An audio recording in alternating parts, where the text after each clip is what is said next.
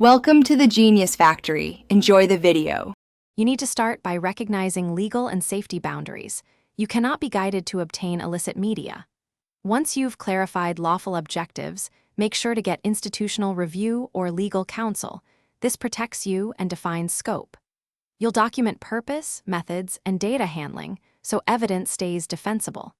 Make contingency plans for reporting crimes and ensure all collaborators are cleared. This prevents accidental participation in wrongdoing and keeps your project legitimate and ethically sound.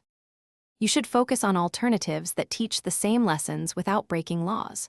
Once done, search academic databases, law enforcement reports, and vetted archives for analyses of darknet media behavior. Make sure to partner with certified researchers or accredited labs. They can run controlled experiments within legal frameworks. If you need hands-on practice, use simulated environments and synthetic datasets because they let you explore techniques without exposure to illegal content while preserving research validity.